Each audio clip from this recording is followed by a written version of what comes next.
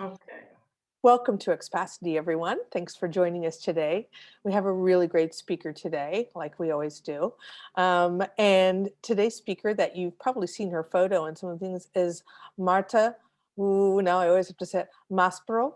Well Maspero. done. That's Yeah, great. I've been practicing. I don't always get people's Good names right. I practice. think that's the funny joke is that I'm always mispronouncing people's names, and my name is so awful that I should know better than that. Anyway, Marta's going to talk to everyone about um, that really difficult situation that parents have in moving to Portugal with school-age children, where they have to pick a school.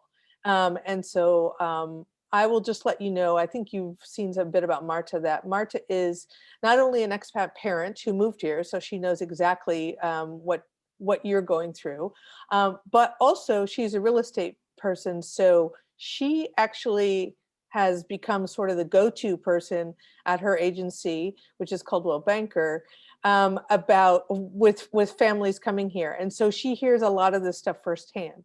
So I think what's really interesting about Marta, and I'll give her a formal welcome in just 2 seconds, is that she actually came to Expacity with this idea. We have some other members from her team who've done webinars for us. So she was familiar with what we do, but she came to us and said she thought this would be super helpful for people, and we agreed. So that's why she's here today. So welcome, Martha. Thank you very much. Thanks for having me today. And yes, like you said, it's a topic that I find it's quite relevant for people with kids who are moving here, and so hopefully it will be helpful. Great. So just to remind everyone, someone asked earlier, and I need to say this, the webinar will be for Marta's content, maybe about 45 minutes, more or less. Yeah. Then she'll take questions and answers at the end. And we hope to be done by in an hour, but we may go a bit over depending upon how the questions are going. But just know that everyone will get the link. So if you want to watch it again, you'll get the recording, and you'll be able to catch up on what you might have missed if you have to leave early. So I'm going to turn it over to you, Marta. Go ahead. Perfect. So I'm gonna share my screen and start. Let me. Okay. Share. Here we are. And I will mute myself, but if you need something, just holler. Okay, perfect. So from beginning, here we are. Okay, let me just set this up because, okay, perfect. Oh, there. Oh no, hang on a second. Here we are. Okay, everyone. Well, nice to see you all here, and thanks again, Amy, for having me. Like Amy was saying, I am an expat myself. I am originally from Italy, and I lived in Australia for more than 10 years before relocating to Portugal 3 years ago. And I have what you could call an international family because, as I said, I'm from Italy, my husband is from Germany, and we have two little girls. One was born in Australia and one was born here in Portugal. So you can imagine that, when we moved here, the topic of schooling was a big topic for us, and trying to figure out what were the options, what was the best way to go, really. And so I started researching and talking with people, and this became then very useful in my job because, as Amy said, I'm working as a real estate agent with Coldwell Banker here in the Lisbon region. And I work mainly with international clients. So it was really good to be able to provide that extra support in regards to this topic that for families is quite important when they are considering or organizing a move abroad. And so this is how the idea of this webinar came up, and here we are. So let's start. Let me start by giving you a bit of an overview of what I'm going to cover in the next half an hour or so. I will give you an overview of the Portuguese school system, so how it is structured here, the schooling path here. I will also cover the three main schooling options that you have here. I will discuss what, in my opinion, are the factors that you may want to consider in your choice. I'll provide you with a list of the best known international schools across the country. I will also give you some resources where you can get further information on the Portuguese system, both the public and the private. And then I will briefly touch also on the topic of, if you are struggling with the decision, should I choose a location first to base myself, or should I choose a school, how you could navigate that process. So this is the agenda for today. Let's start, if I can go forward. Yeah, with the Portuguese school system. So education in Portugal is free and compulsory up until year 9, the end of year 9. So the formal education starts at age 6, meaning that you'd start basic education, which is structured in 3 different cycles. You have the first cycles, which is a 4 years block. Then it's followed by another 2 years, second cycle, and the third year, which is 3 years. And then you get to the end of the compulsory education. And then you have the extra 3 years, which is year, corresponding to year 10, 11, and 12, which is the secondary education. Now, what is interesting, and I found it personally a bit confusing when I first moved here, is the fact that schools don't necessarily correspond to this division, in the sense that you would have, in Italy, we're pretty straightforward. We have primary schools, middle schools, and high schools. Whereas here, you have sometimes schools that cover just the first cycle. Then you have schools that are first and second cycle, or second and third, or third and secondary. So it's really important when you are considering a school to make sure you got it right. What years do they cover? Because it's not as straightforward, the division, as in other countries. Also, it's the academic year runs from September to June, with a big chunk of summer holidays between June and September. And then you also have typically some holidays around Christmas and some holiday around Easter. So these are the big holidays block. And it can be quite different from other countries that have like periodic school holidays every few months. In this case, it's organized like that, divided into 3 terms. So let's talk now about the 3 main schooling options in Portugal, which are the Portuguese public system, the public schools, the private schools, the Portuguese one, and then the international schools. When we are looking at the Portuguese public schools, I can say that from my experience and the feedback I got from people, the quality seems to vary quite a bit from town to town, even from suburb to suburb, which obviously makes you wonder, okay, can I choose what school I want to enroll my kids in? And the answer is yes and no, because what you can do, you can express a preference of 3 options, but they need to be within your municipality, within your area.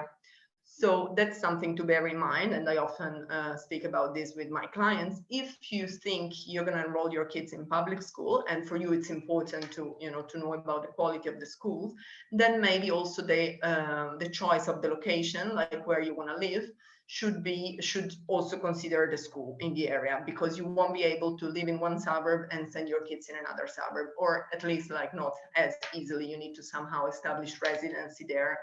And and it can be a bit hard. So in terms of enrollment, for a start in September, you'd have to enroll by the previous April.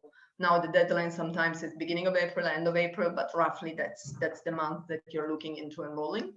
And as I said, it's already before, it's a free system. So typically you only have small costs, whether it's, books or canteen costs, but they're generally not a big cost factor to budget for. And what I can say as well, this is more of based on my experience and the feedback I have from parents whose kids go to public schools. It seems that generally speaking, they have quite a traditional way of teaching. So we have the typical, frontal learning, memorizing, homework, this type of teaching. Once again, it's a generalization. You will have teachers that are use a different approach, but often that's the case in public schools. Now, looking at the Portuguese private schools, in Portugal, there's a large network of private schools. Often they are faith-based, and the vast majority, I would say, Catholic, but not all of them. But it's something that you may want to also check out. And generally speaking, as pretty much everywhere in the world, private schools have better facilities, they provide more extracurricular activities, they have smaller classes because they have more resources, let's say. But it's interesting to note that based on the national ranking that we are going to talk about it a bit later, this does not always equals to better academic results. So that's something to bear in mind, that having better facilities is not always corresponding to better results. In terms of costs, these are not free, obviously, and the fees range between, let's say, 300 and 800 euros a month, starting from primary school. And you will notice as well, if you are going deeper in this topic, there's a bit of a difference. Like Lisbon tend to have higher costs than Porto or the Algarve, let's say, generally speaking. Then obviously each school is different, but it's a bit of a trend like that. And third option, international schools, which I suspect is probably the option that interests most of you, or at least a lot of expats. We have in Portugal a lot of international schools, particularly in the Lisbon region, as we will see a bit later. They do offer different curricula. Some of them are more based on the British one, some are more based on the US one, some have a bit of a mix between the Portuguese and an international one, and a lot of them do offer these days the IB diploma. So that's something that may be important to a lot of people who want to go on to international universities and things like that. Once again, sorry, I'm losing my voice.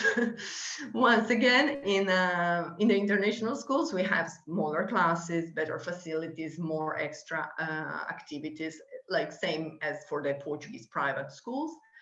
Now, in terms of costs, we do have higher fees, higher tuition fees in the international schools, because for primary school, we are talking about like monthly fees ranging from 700 up to 1,500 euros a month.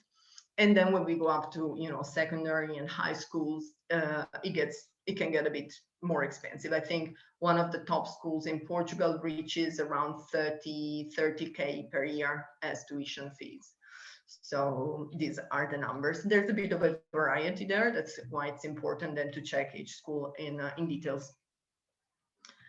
Okay, let's now talk about what I think are the factors that you may want to consider when you are choosing a school here. Well, the first one is probably the easiest one that comes to the eyes, which is the financial one. There is a considerable difference in costs between having a free school and paying tuition fee in international schools. On the other hand, this is a factor that is extremely relevant, because I had clients coming from the US specifically because these private schools were cheaper than what they could find in the US. And then on the other hand, I had clients coming from Germany and being shocked about having to pay such a high amount of money for primary school, having some great public schools back home, for instance. So it's really variable, and it could be a reason to go for one option or the other according to your background, your situation. In many cases, obviously, tuition fees are also paid by the employer of one of the parents, so that's also another situation. But this is the easy one that anybody can point out, the difference in costs. Then I think a factor that could play a crucial role in this choice is how long you're planning to stay in Portugal for. Because if you are planning to stay here long term, then maybe investing in local friendships, learning the language, all things that are more important to you, rather than if you're staying, you're going to stay just for a couple of years, and then for sure it's more important than maybe that once you go back to your country or you go to a third country, that your kids can quickly slot in schools because they have followed the same curriculum. So once again, but how long you at least plan, because then, as we all know, life is uncertain and sometimes the plan is not really happening, but at least having that in mind when you are making the choice, I think helps a lot. And related to this, there's also the language factor, in the sense that, there's a wide body of research showing that kids' strongest language is the one they use in school and with peers.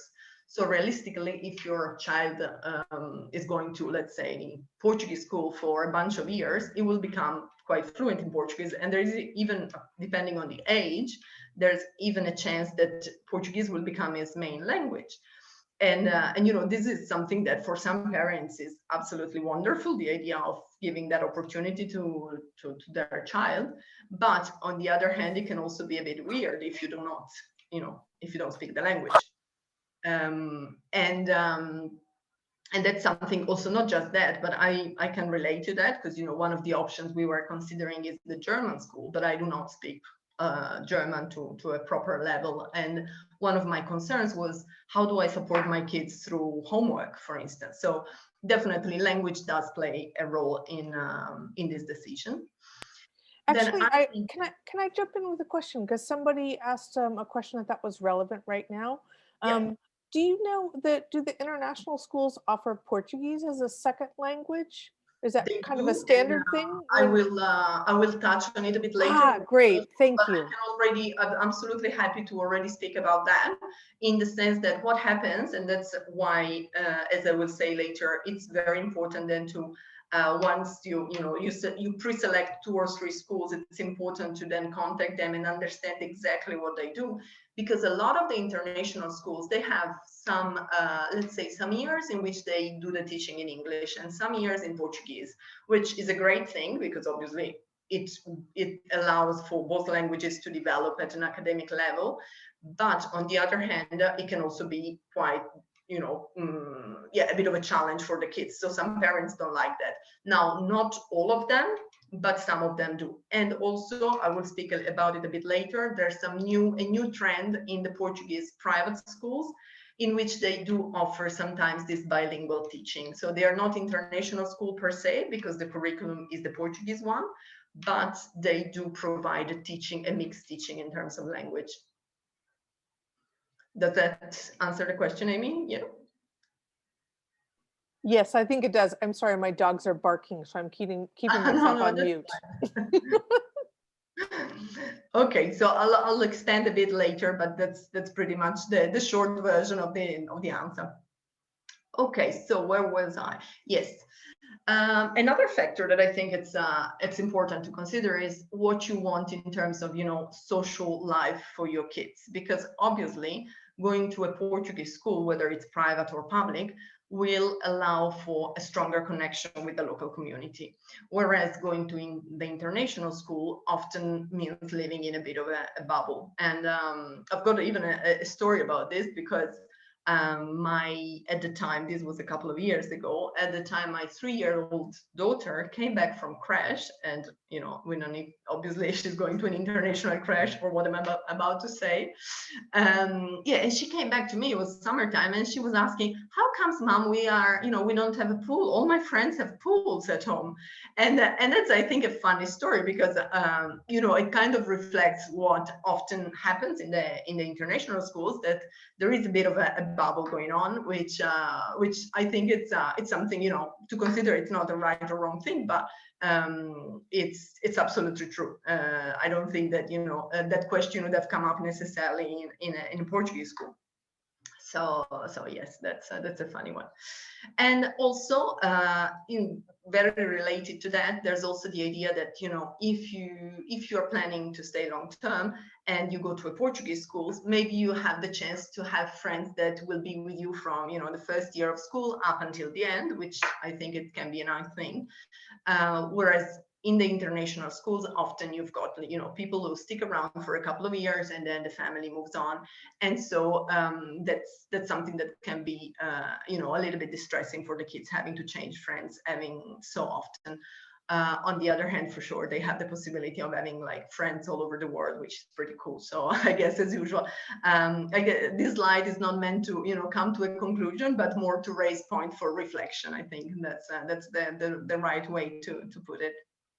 And also, one other aspect that I often talk with, particularly again when I'm working with families, is the idea of don't just think about the kids, because ultimately when we adults, we move to a different country, the main ways to meet people are either through work or through, our kids' friends' parents. And so the question is also, what social life, social circle you want to be part of? Are you happy to mingle with the local community, or are you more, comfortable and happy to stick to a more international crew? And obviously, it doesn't mean that, if your kids go to an international school, you won't be able to have local friends. But I guess naturally, it will be easier to connect to that community. Now, on a different level, also, I think it's important, to know your what your child personality is. I think we as parents, we know our kids best, and so I know that a lot of people, and I do believe that kids adjust quite quickly, but I also think that every child is different. And so if you know that, you have a child that is very shy, or has maybe like some language challenges or whatever, that's something to keep in mind. Or even the history of your family, because if your family has moved around 5 times, your kids speak 5 languages, most likely for him, wherever you put it is going to be fine. But if you have like a teenager child, and you have lived in the same country, is monolingual, maybe could be a bit more challenging to adapt to a new environment, a new language, and so on. So that's something that, to consider as well. And also, on a similar topic, I think, from a social psychology perspective, we all have a need to fit in.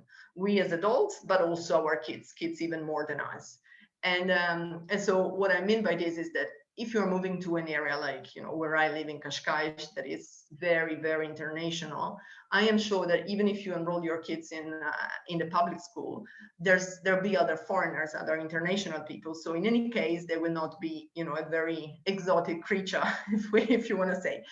But on the other hand, if you maybe are relocating to a rural area of Portugal, it's totally fine to consider public school, absolutely. But I think expect to be a little bit more of, a bit, let's say, not to have so many other international people at school. So it could be a little bit more challenging, the integration process to start with. So Actually, well, I have a question about that, because I think somebody had sent this from one of our members. Is do the Portuguese schools, or do any schools have certain say restrictions or caps on certain nationalities, like, or let's say a Portuguese public school, does it say like we only take 10% international kids or something like that? I wouldn't, put my hand on the fire, but I never heard of such a thing. Particularly because you would have suburbs that have a high, immigration rate there, and the schools are more foreigners than Portuguese in different areas. So no, I don't think so. On the other hand, you just gave me an idea of mentioning something, which is the fact that a lot of the public schools, exactly because it's quite common for foreigners these days to come in, they do have, like, let's say, a program to learn Portuguese, like some sort of side support that they provide for kids who are not familiar with the language. So then again, it varies from school to school, but it's definitely possible to have that extra support even in the public system. You may not know the answer to this, but do they offer that for the parents too?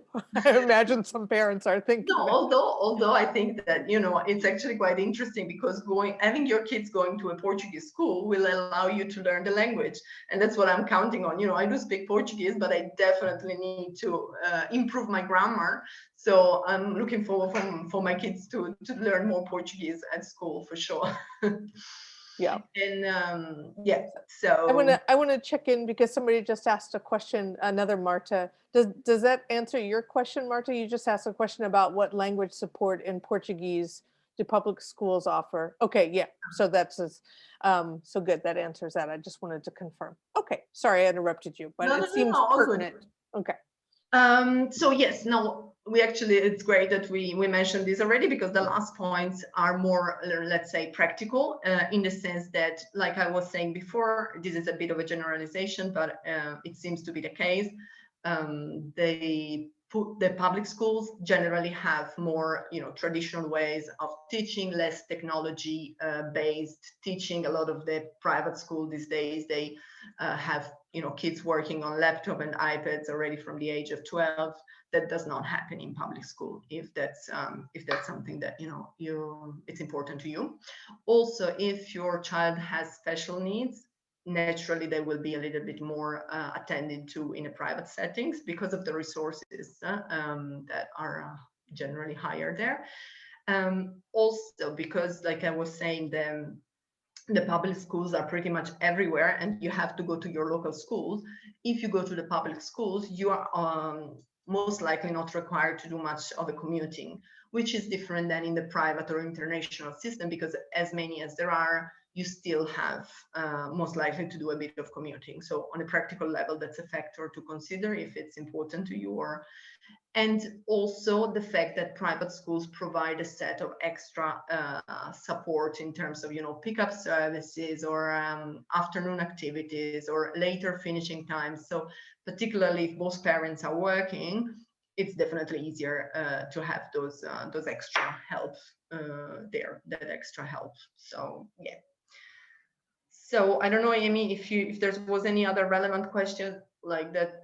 No, there was some that I think we'll wait till the end. I mean, you did touch a little bit on special needs, and I didn't know how much you would know. So one of the questions related to that is, does the public school system provide a lot of support to children with special needs? For example, do they have special ed teachers, affordable speech or occupational therapy for young children? I just didn't know how much you might know about that. Exactly. Like I do know, in the sense that I know of a couple of situations, and definitely formally the support is there. So yes, public schools have that, but then how readily available and how frequent that is, then there's a bit of a mixed feedback there. So yeah, I don't want to I stick to my statement that it's better in the private system. That doesn't mean that it's not present in the public at all. And I know that some schools have great support teachers in place, but generally, it's a little bit less available. Let's put it that way. Yeah, and I think Robert asked another question related to that in terms of which schools might be best for special needs. I think beyond what you're talking about international. And I think I'll just pipe in and say that what's really great about this session is we're learning a lot of things that we should be offering as webinars for parents and families moving here. So I've made note of that I should need to find the experts that can address those sorts of questions for people. Absolutely, so, exactly. Yeah. Because as Amy was saying, this is really from a parent's perspective rather than, I'm not well, my background is in psychology, but I'm not, in this, I'm not wearing that hat today. So, yeah. So I'll ask you this one as well. And again, you may not know this, or you may be covering this when you talk about the international schools. No, maybe not. Do you know if there's different amounts of daily hours in public versus private schools? Do you have any sense of that? And if you don't, generally speaking, not much, in the sense that they all tend to last about mid-afternoon. Then there's some variety, but the amount of hours per week of formal learning are the same across the different systems. Okay. Yeah, I would imagine there's a required number of hours. Exactly. And so any school is going to have to be meeting that from a national perspective. Exactly. Then they may have like slightly different starting time and finishing time and so on, but it's yeah, there's not like a huge a wide difference, a big difference among them. Yeah. Okay. Other schools, so or other questions, we'll get to those toward the end. So thanks for addressing those. Okay, so I'm gonna keep going. Yep. Yeah, it's cool. So I think we covered all these points. So I'm just gonna keep going. What I'm providing you here in the next few slides is a list of the best known international schools across the country. So the first two slides are for schools based in the Lisbon region. So I just wanted, to give you an idea of how many international schools there are in this region, which kind of reflects what I was already saying about having a lot of international people around here. Particularly, it's interesting to see how, there are two schools, the first two that are based in Lisbon City. Then you have 6 schools, 4 on this page and 2 on this page, that are based on the line between Cascais and Lisbon. So that gives you once again the idea. Then we have that there are a lot of there's a lot of demand.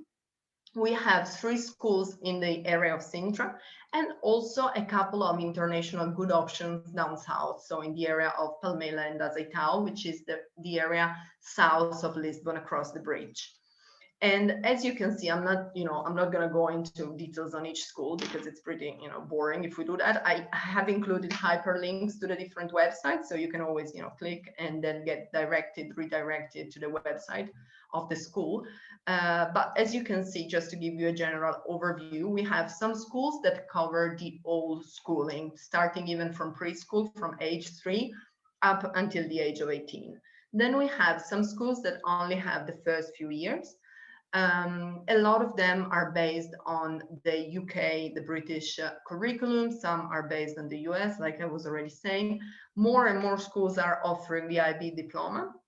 So that's something that even some of them that at the moment don't have it, it's written on their website that they are working towards getting that certification. So I'm imagining it's a trend that in the next few years, pretty much everybody will have it. What else can I mention here? No, pretty much nothing. As I said, there's a mix of Cambridge, British, IB.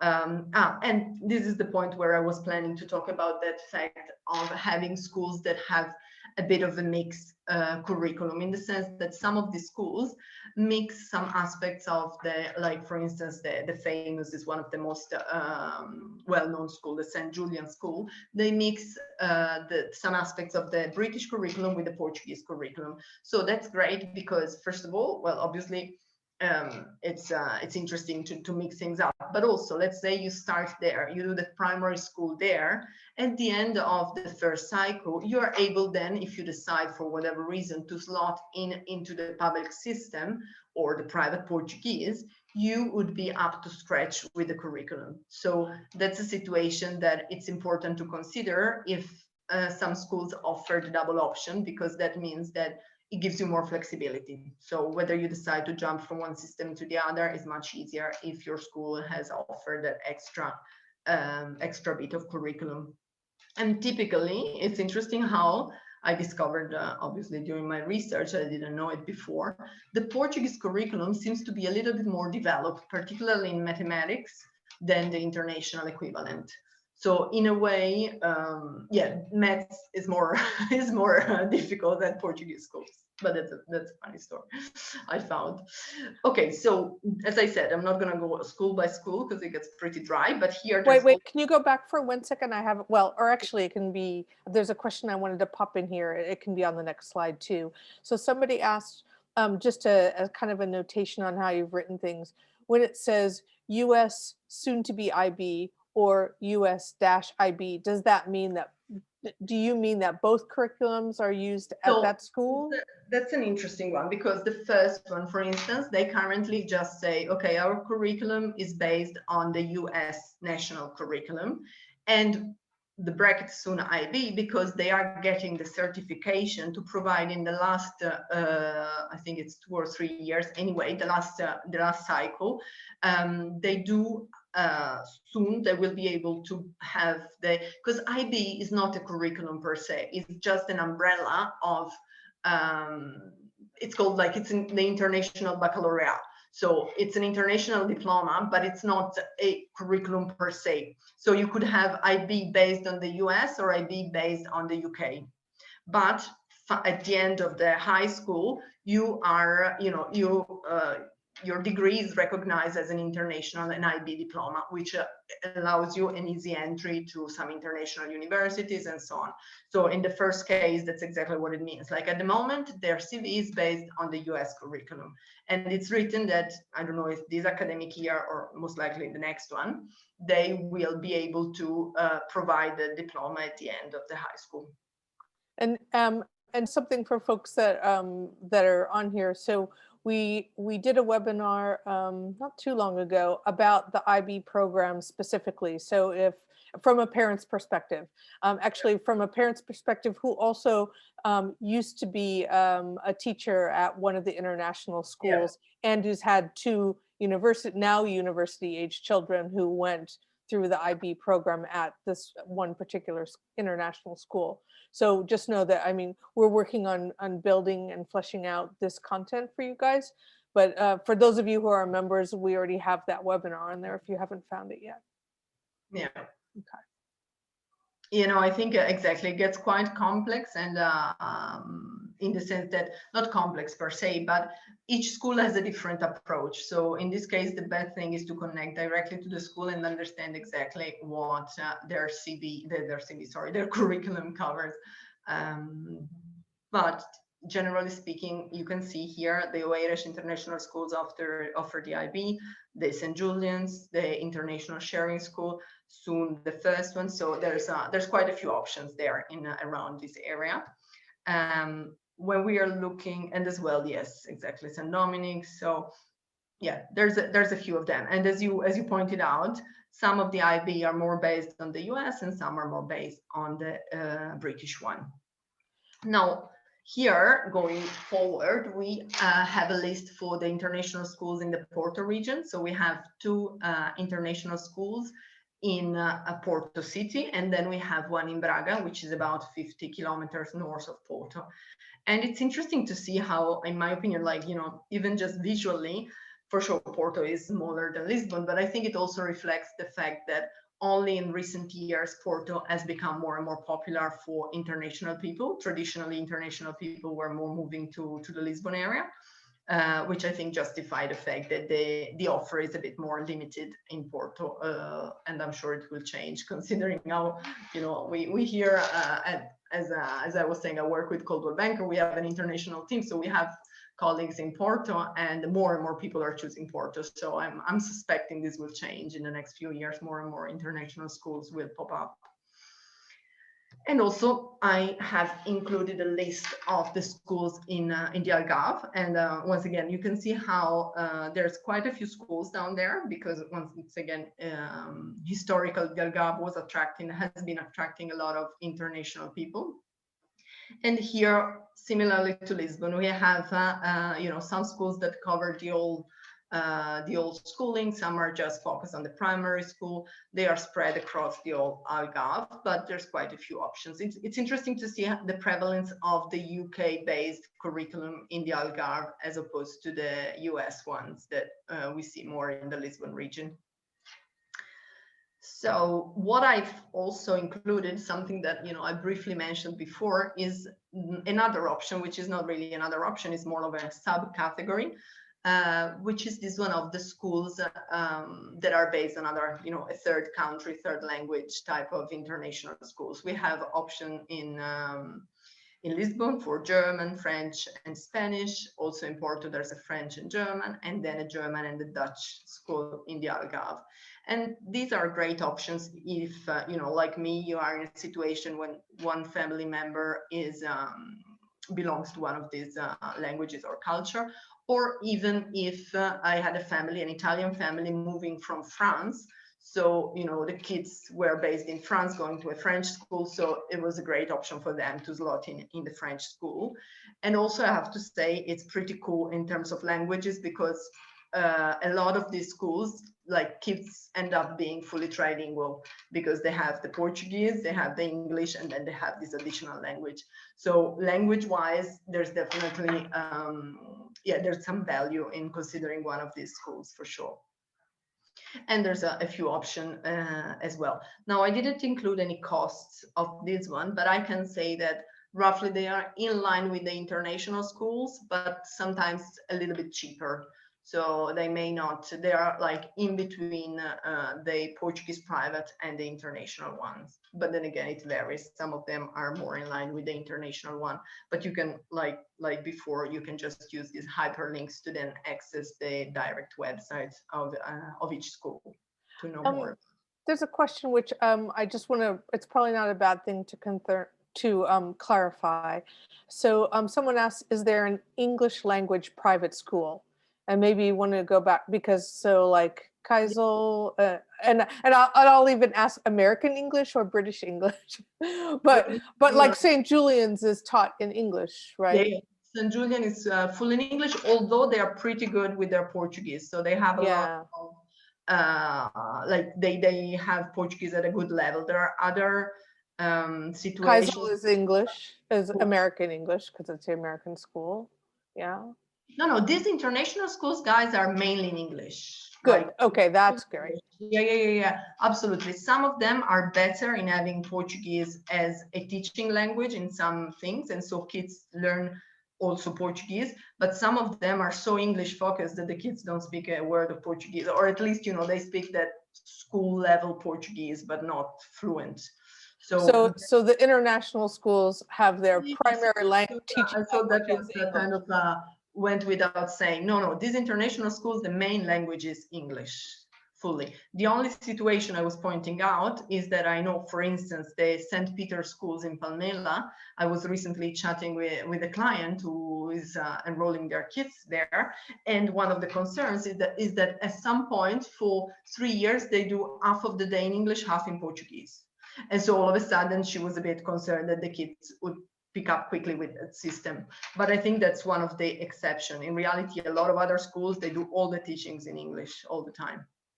But like I said, the international school world is very, very flexible. Each school does a bit of whatever they want, which is the reason why it's so important to really, when you ask questions, get into details about it. Because on the website, they talk a lot about their values, their vision, and things like that, but they don't say, okay, from this year to this year, we only teach English from this year. So really, it's a matter of connecting with the school and asking those questions.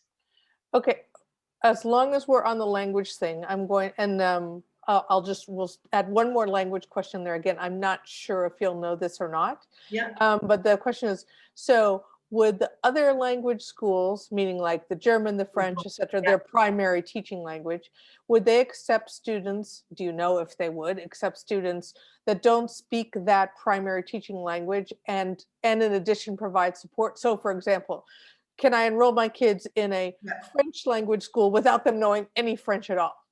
And the answer to that is yes, but they recommend to do some courses and some introductory extra activities for that, because I had, as I was saying, that situation with, although my husband speaks German to them, but the kids are not really speaking much German.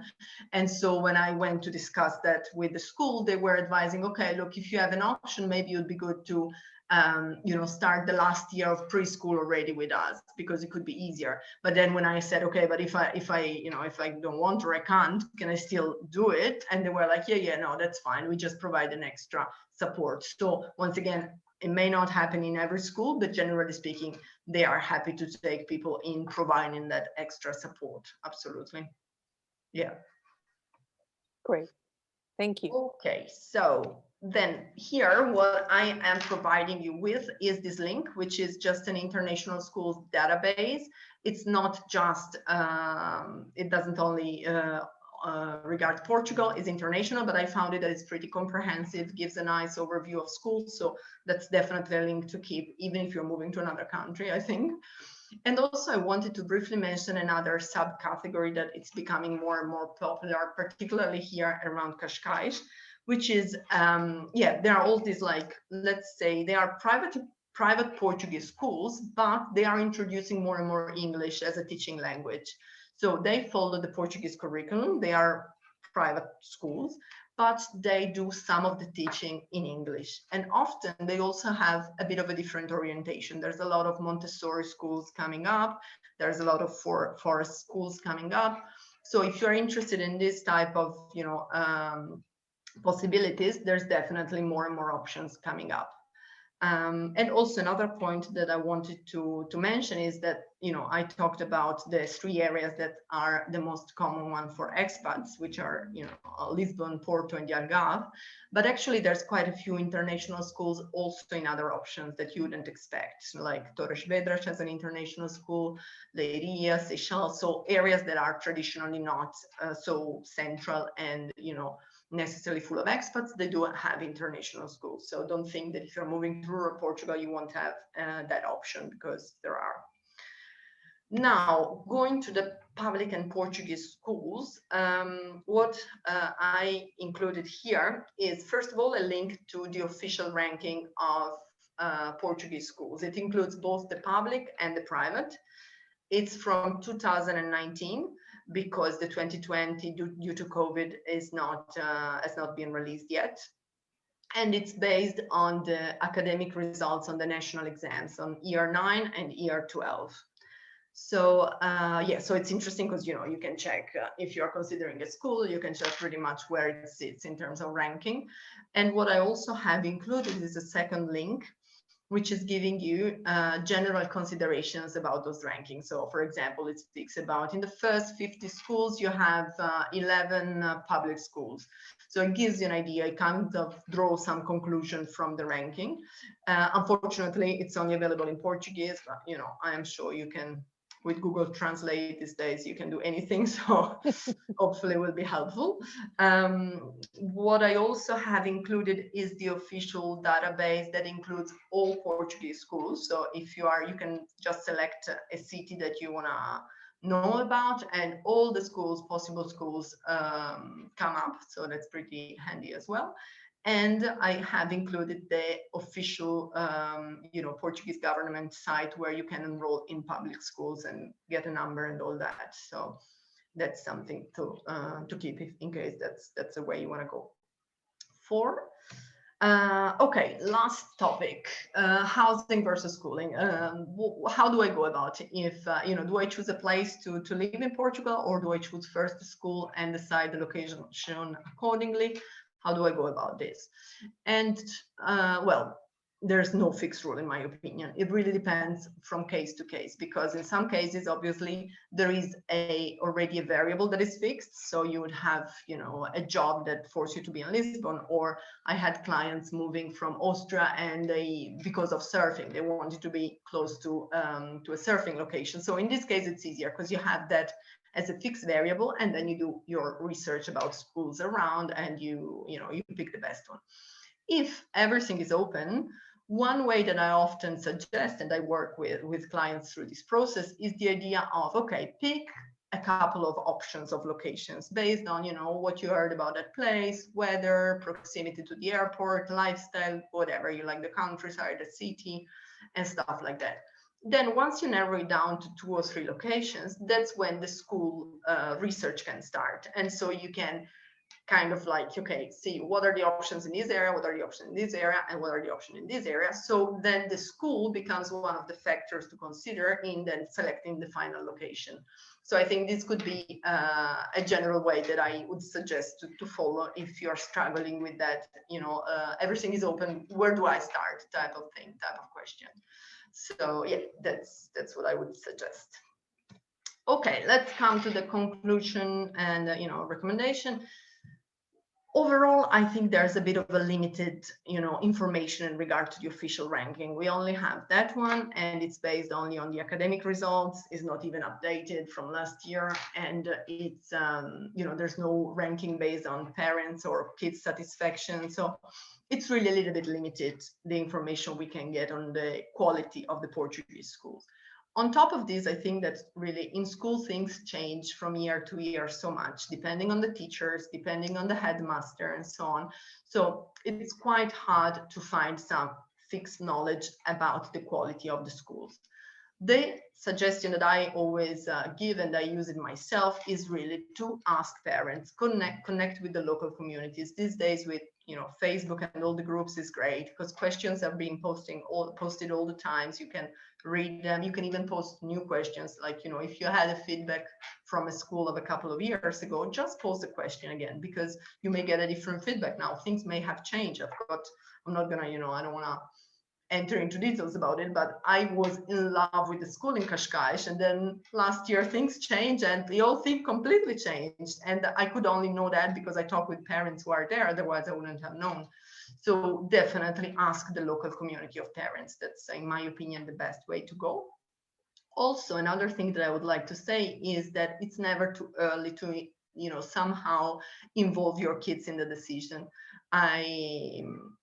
I have like my 5 years old who has very clear ideas of where she wants to go to school. She tells me, I want to speak English at school. I don't want to, whether I'm going to listen to that or not, but it gives me an insight on the potential challenges or things that we're going to face. So it's good to involve the kids as well in this. And also, be flexible. I'm a big fan in life of sticking to things when I choose something and decide and go until the end. But I think in this case, it's important to keep some flexibility there because you have already a lot on your plate. You're changing country. There's a lot of things to decide. So if for some reasons, whatever you chose is not the right one, there's always the possibility of changing. And I think that gives you a bit of lightness in this process as well.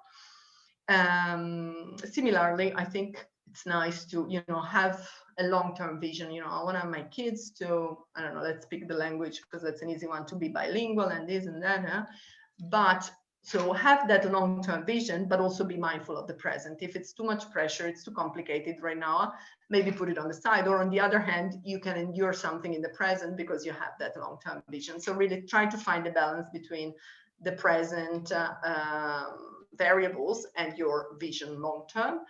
And I would like to conclude just by saying that, remember, it's not a big deal after all. I think we get so worked up with this decision. And really, I met some parents and I myself in some periods struggle so hard with this.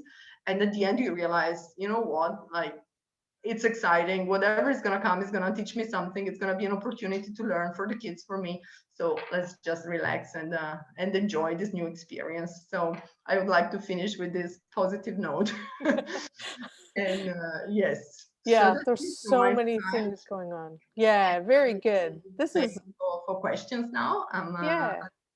Thank you, Marta. This is great. Do you want to stop sharing, and then we can see your face, and then we can. And while you're doing that, I will remind everyone who's here that when you register, not only will you get the recording, the link to the recording of the event, but I will include Marta's presentation. So don't freak out that you had to try to write all those links and everything down. So you'll have that with the lists and the rankings and all this other stuff.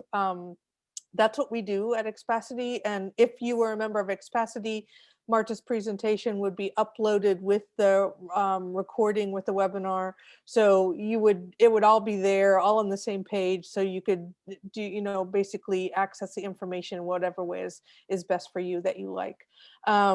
So let's go to some questions. And these will be in no particular order. So just know that we won't have a nice flow of those things. And again, I want to stress also to the group here that one of the things that we do at Expacity is we provide multiple perspectives, because it's one thing when you're looking for information and you go and find an article and it's been written by somebody, a great writer, but they have only their own perspective as they're looking at information. So for instance, when Marta does this, she's a parent first, and that's how we approach this, because she might have some of the same considerations and questions that you had. We will also be doing webinars that supplement this from the perspective of a director of schools, from now I know we need to find somebody who understands more about the special needs things. And so know that you will have access to related content from multiple perspectives, because that's how we as people need information and process it. So that's just something that we do. Okay, so Judy asks, in kindergarten, and again, I don't know that Marta can answer all these. This is not a game show called Stump Marta, but we'll see. I don't know. No, it's not that at all. But it also, and what I will also say that, this is all giving us good information for what we need to find out for you, and we will. If you talk to any of our members, that's what we do. So in kindergarten, 3 to 5 year old public system, Judy reads that the priority is given to 5-year-olds and then 4-year-olds. Do you have any knowledge of this? So in other words, take the older kids versus the younger kids first. If they've got Maybe like quota or if they've the got a preschool. limited number of spots. Do you have, and if you don't know that, Honestly, I never encountered that situation. Like we're talking about trying to enroll a kid in preschool in the public system and having the school full, right? And so that like the situation that you were describing, having the fact that you are trying to enroll your kid. Yes, that is true. In public country, the older children higher. Yeah, exactly. That's what I wanted to say. I think I don't think so that, what, just to repeat that, so from somebody is typing in the chat yeah, box that the older children have the higher priority to get in versus the younger children. I guess that's what I'm reading. in terms of preschool. Like Preschool, if yes. there's a full preschool, they would give priority to the 5-year-old child because obviously, not obviously, but that's the way they reason. But I don't think necessarily. I mean, I think they will provide you then with other options, like, but maybe I'm wrong. Maybe I'm only talking about my area in the sense that I never encountered this situation of people not being able to finding a spot. Maybe in the school they wanted, but in other schools and being forced to have the kids home. But again, I may have a limited knowledge based on this area. It could be different in other areas. So, but Okay. generally, yes, that's what I think. Where was it? What Anka commenting? That's the case. Like the older the child, the higher the priority. Yeah. Got it. Okay, so let's go back to special needs. Again, I don't know that Marta has as much information on this, and I do know that there's some parents in the audience who might have some experience on this. I just want to caution us not to disparage Facebook, because I might ask a good question about Facebook the other day, but I want to try to make sure that we're not like having another broad exchange of Facebook. I think this and I think that, and maybe it's this, because I don't know that that's particularly helpful.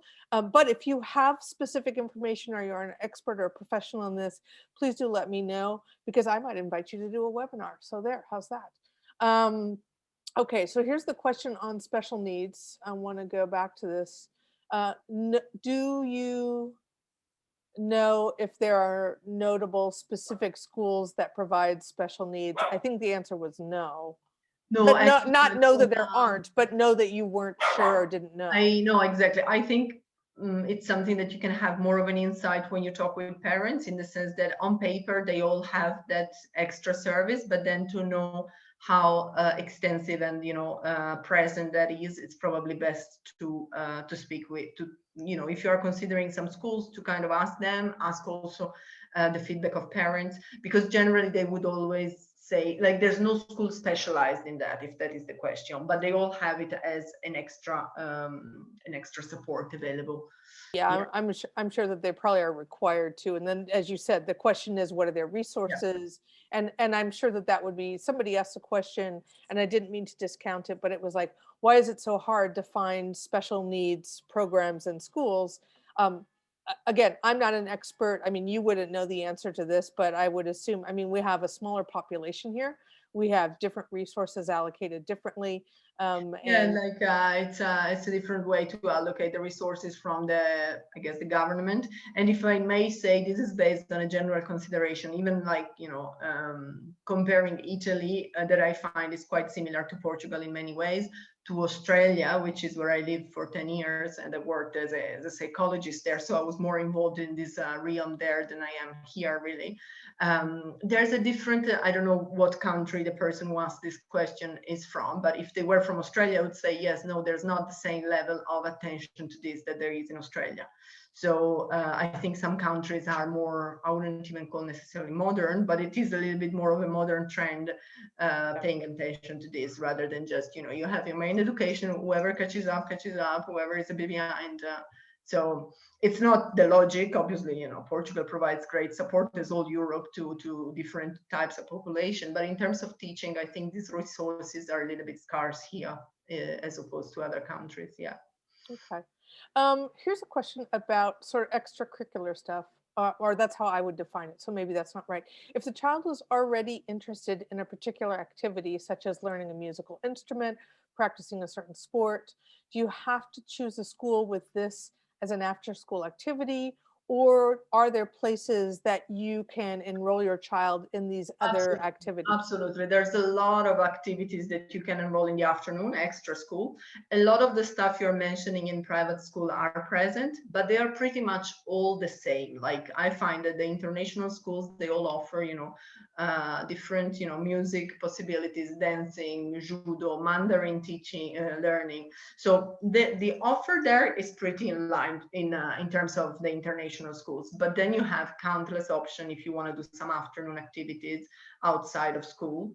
And that's also, I think, a great option if you're going to an international schools, and then you can do like some sports or musical stuff within the Portuguese community is a great way to learn the language, get some friends in a different, social circle and so on. So definitely is quite common here as well. Okay, great. Um, hang on, I'm typing and trying to speak and type at the same time.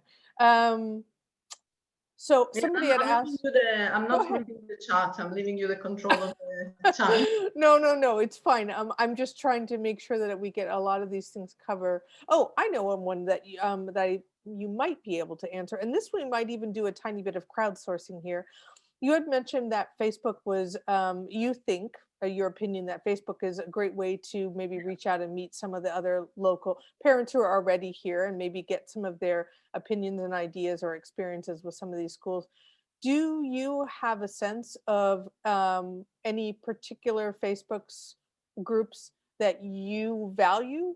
I mean, obviously you can't assess all of them, No, but no, no, which ones absolutely. do The you only like? thing is that most likely like the one I use and I regularly check and post in are all related to Lisbon and Cascais. So they may not be too relevant for people who are considering other areas.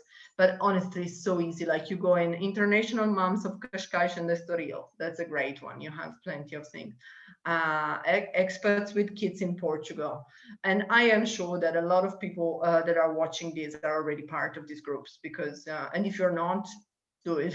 Just, type a couple of keywords, monitor the content for a few days, and then get rid of the ones that don't seem too relevant and keep the others. But it's, yeah, it's pretty straightforward, but quite useful actually. Okay. Let's see.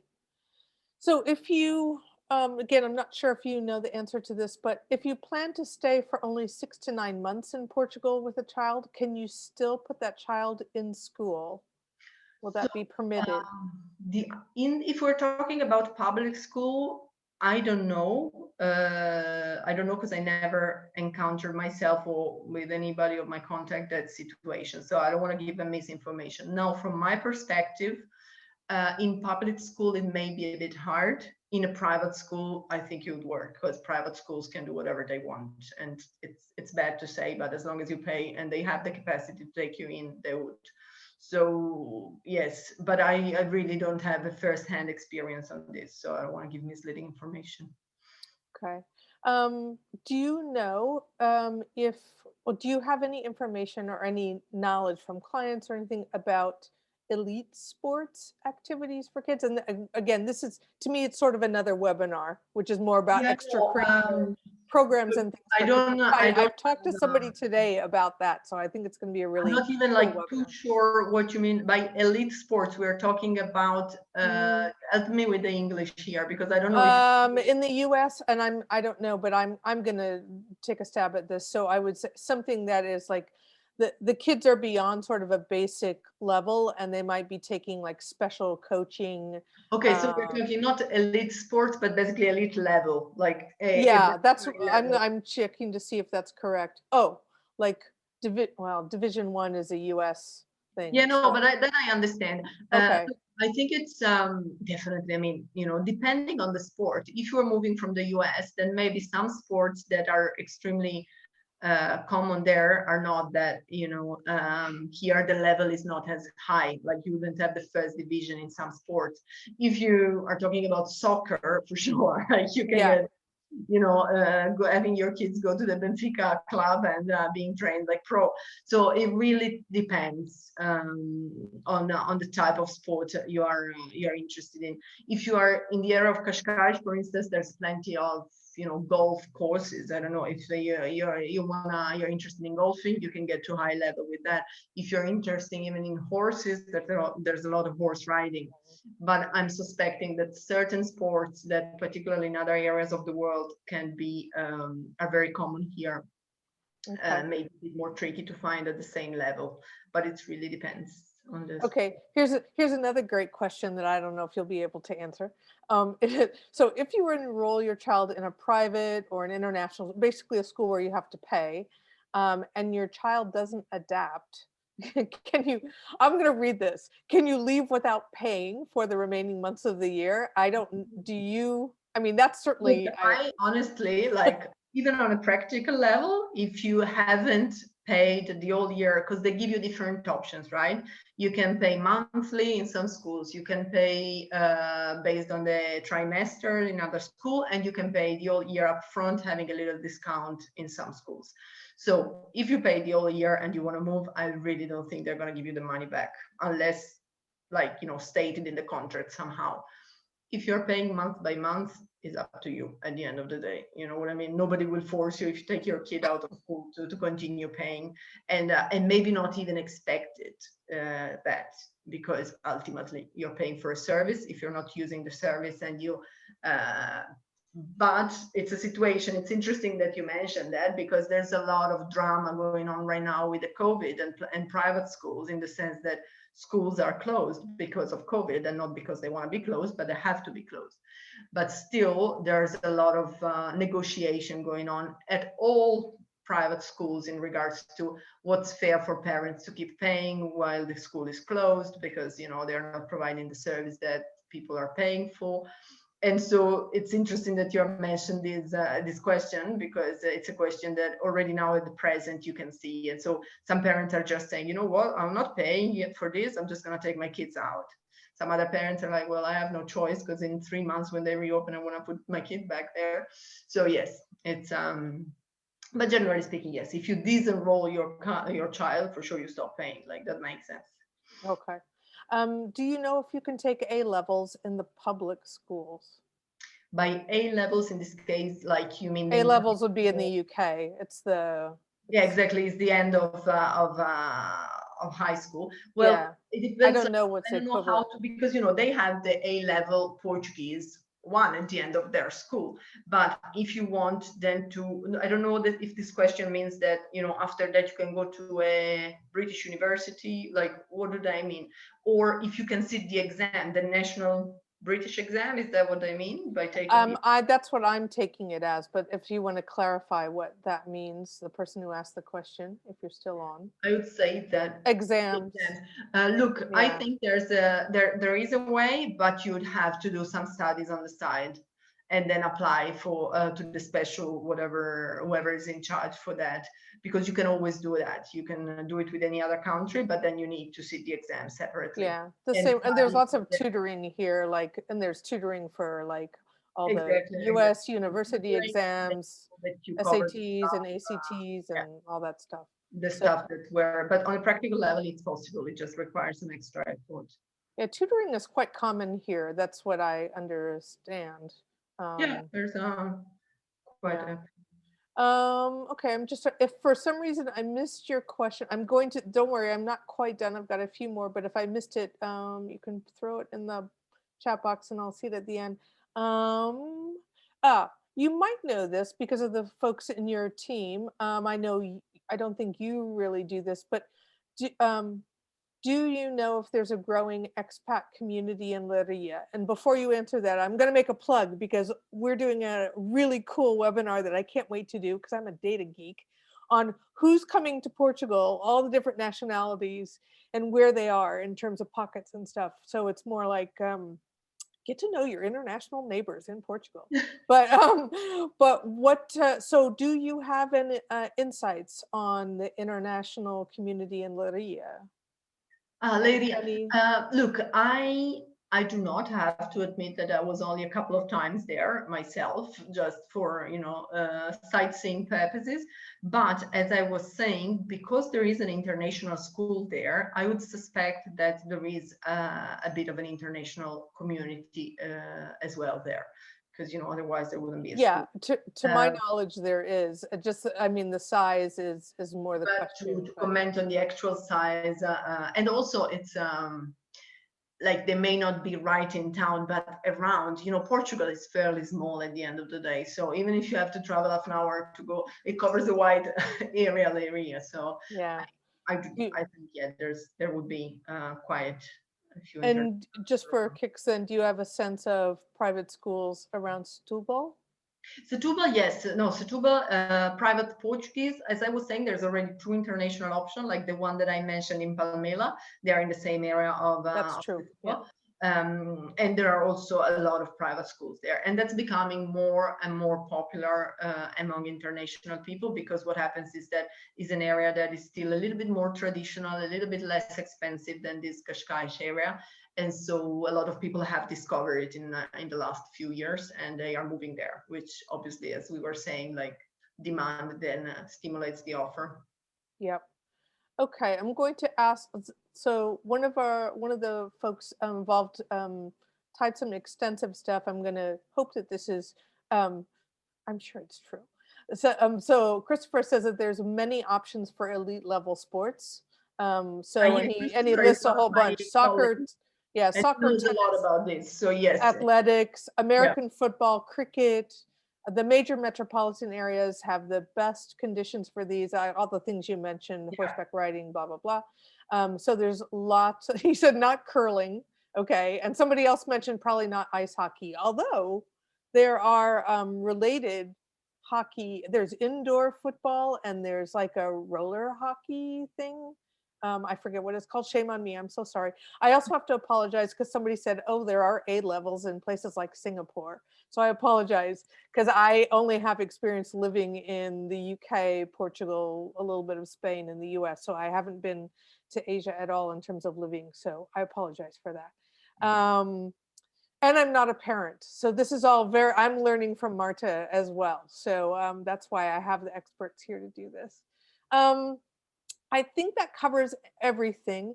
Somebody asked if they could have Marta's contact information. So yes, so here's what you'll get, and this is pretty standard of, again, a dramatization of what Expatsy does. This is why we do this, not only to give you guys really great information that's real and useful and not fluff and not a sales pitch. Although I'm going to give you a tiny bit of a sales pitch at the end because I have special discounts for you. But so what you'll get in the email that comes out tomorrow is you'll get a recording, the link to the recording of this event. So if you want to go back and see anything and listen to it again, that's great. You'll also get a copy, a PDF of the presentation that Marta did. So you have all those links and things that you can look at for yourself. You will also have a way to contact Marta if you want to. It's just something that we do. I only ask that to help Marta so we don't bombard her email box with all kinds of stuff.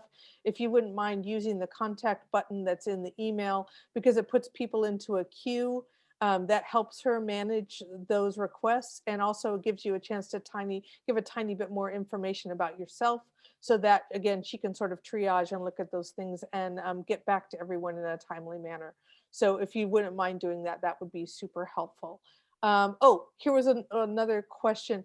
What if you arrive at, thanks Marta, then the Marta too, because I saw that one and I wanted to ask it. What if you arrive after the school year starts and you can't enroll in April? Are you stuck? we're talking again about public schools, because private, Okay. yeah, Yeah. private is not a problem. Like private, you can join anytime.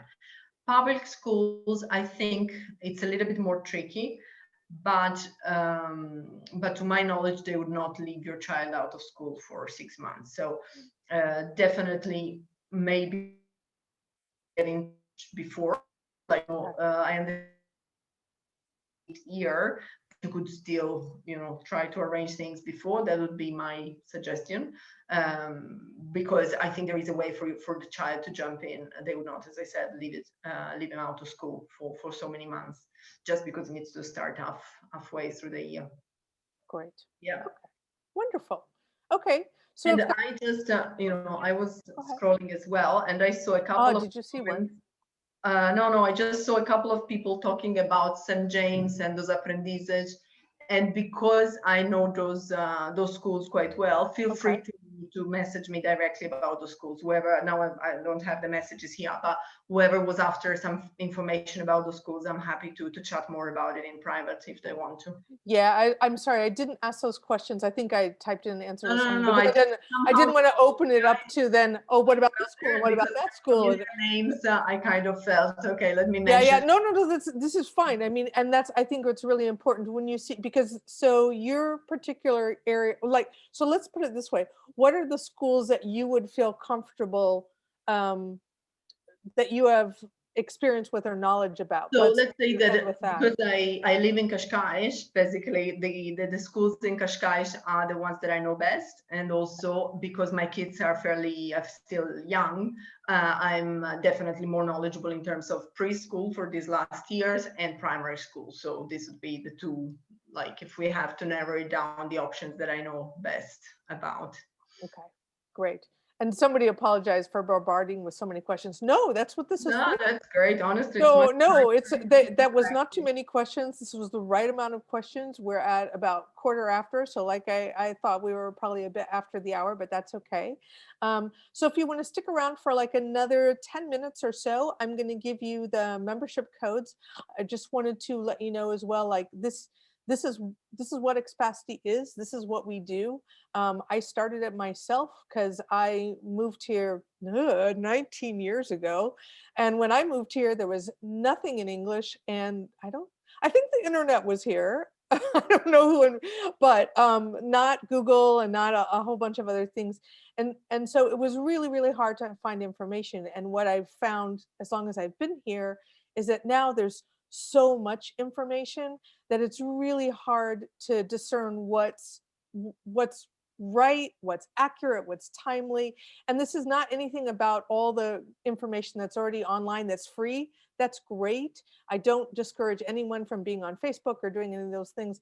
Facebook's getting to be pretty scary. I monitor about 250 Facebook pages. And so, because I look for what things people want to know about and what seems difficult, and then I reach into my back pocket of contacts, and then I have other people like Marta who then come to me and say, this is a really important topic. And that's what we do. We do 2 webinars a week. And then we take all those recordings and we put them on the library. So if you're a member, you get access to all those things. You can watch them on demand. It's like Netflix, and you can watch them whenever you want. You can go back and watch them 100 times if you really want to. And when something then becomes not current, then we take it down and we have another one. And remember, we give you multiple perspectives because we think that that's really a useful way to do that. So if you will indulge me for 5 minutes, I'm going to share with you, I'm going to share my screen. And I've decided that what's really fun is to actually give you guys a peek into the platform that only the members have as well. There's some members on this webinar. So don't worry, I'm not like sharing secrets. So you should see something there now, which has this picture that says everything you need to realize your dream. And so this is actually, when you become a member, you can go to our website, which is expacity.com, and it's very transparent. It's got pricing on it, gives you the whole story of me, but why I did this and what I think is helpful about it. And then what you get access to besides these live webinars that we do, and certainly like this one, you'll get the link to it, but then the event will go up as a recording onto the platform in the library as as something that people can see 2 months from now. So there's all these little let's see, let's do renting property. So we've got all these different categories. There's your boss, there's Arish. who is your helper was on here. But basically, so this one's just about renting property. And this has got a whole bunch of webinars on it about inspection, about property listings, about buyer's agents, about the process start to finish. There's a whole bunch more about pros and cons. Here's about what's coming next. I just got somebody set up, a really great lawyer who's going to talk about tenants' rights. Here's what's also really cool is that everyone that's on, that does our webinars are experts, either like Marta from a parent perspective, but obviously she also has additional information that she gets firsthand from all the clients that she works with. But we also have lawyers, accountants, mortgage brokers, those sorts of people that they can be kind of tough to get an appointment with. And what they love about this is they get to answer all your questions that you've got for a whole bunch of people at once, versus they get spread pretty thin if they're trying to do one here and one there, and then they can only give you 20 minutes and that sort of thing, or your time difference is really squirrely or something like that. So that's, I'll go back for a second, but it's basically there's all these different categories that we cover. We have an expert directory, so that's where you can actually go in and get connected to people like Marta or anyone who does our webinars. You can get connected to them directly. Here's one just about pets. I just booked 2 people who are going to talk about life in Portugal from the pet parent perspective. And they're going to answer questions about vet care. And again, they've lived here 7 years. They have multiple fur kids and some fin kids as well. So some fish kids. And they're going to talk about, they'll answer questions in terms of, that's sort of our town hall format that we started. Again, not novel or uncommon, but we try to find topics that are really, really beneficial for a broad amount of people. But it also lets us do some really specific ones too. I'm trying to think of something that's really specific. Well, under like buying property, I think, and I'll just, because we're in real estate land and it's one that I remember, there's Arish again, and he does a webinar just about buyer's agents, because there seems to be a lot of confusion or knowledge about what that means in one country versus another. And so that's like a really narrow topic, but that's all he talks about, and then answers questions about that. So all the Q&A stuff as well is on the webinar recording, so you get the benefit of all that. There's a mortgage broker, and we're doing an encore performance of Judith because she had updated it. So that's an example of, we'll probably leave this one on for a while because it's more basic information, but the one she's going to do in 2 weeks, I think, is more detailed. So just so you know, I'm going to just show you, where's the website if you want to see that.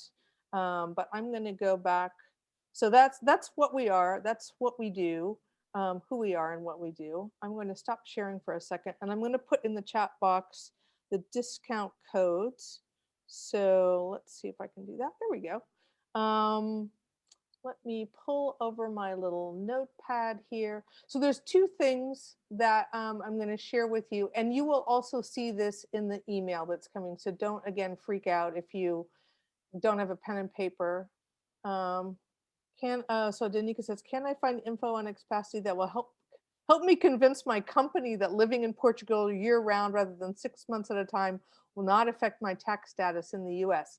Aha, we do have a webinar from a US CPA that's based here in Portugal. She does my taxes. She does a lot of Americans' taxes, my US taxes.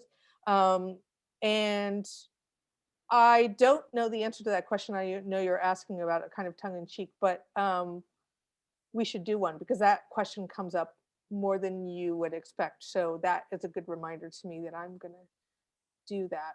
Hang on, I'm going to send you that. So there's 2 different discounts that I'm offering you, and these are good for 5 days, and you'll get this in the email, so don't worry about it.